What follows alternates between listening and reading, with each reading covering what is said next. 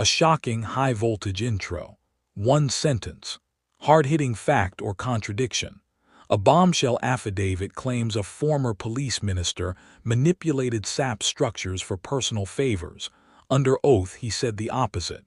What the viewer will uncover plus the one surprising promise. Tonight, we unpack Cat Matlala's explosive allegations. Bribes, manipulated police operations, political shielding, and the looming question. Did Bheki Cete lie under oath? Stay because the final thread reveals a twist most South Africans have never heard.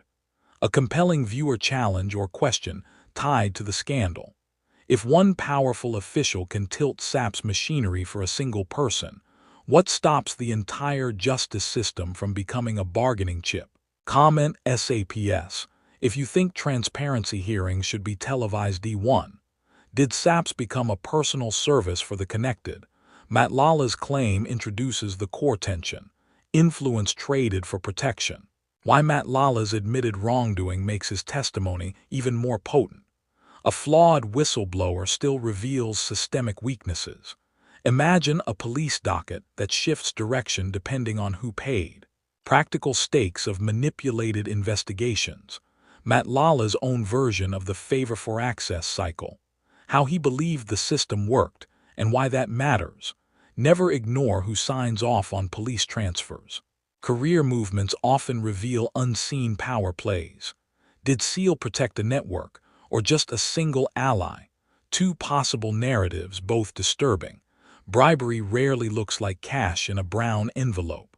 The modern forms of influence and inducement. Picture a high-stakes meeting where one phone call changes everything. Political gravity inside SAPS operations. A punchy, narrative-tied CTA encouraging subscription likes without drifting off topic. If you want deeper breakdowns of cases Parliament doesn't want dissected, hit subscribe so you don't miss the next committee showdown. Twists, overlooked factors, and deeper revelations. A former officer's whispered account adds eerie similarity. Patterns emerging across testimonies. Follow the paperwork, not the personalities. Transfers, promotions, and procurement show the real story.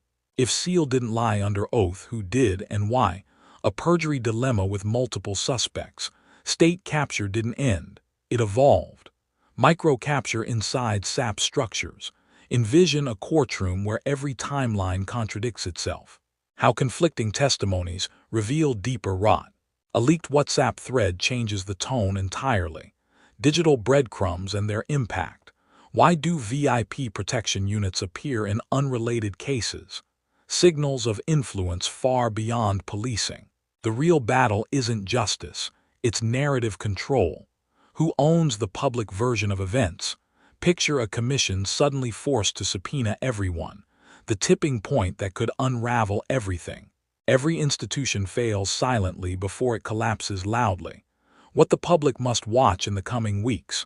A clean, compelling summary plus tease of future coverage. Summarize key revelations. Highlight unanswered questions and tease the next chapter. What happens if Parliament discovers operational logs contradict Cele's testimony? Not professional advice.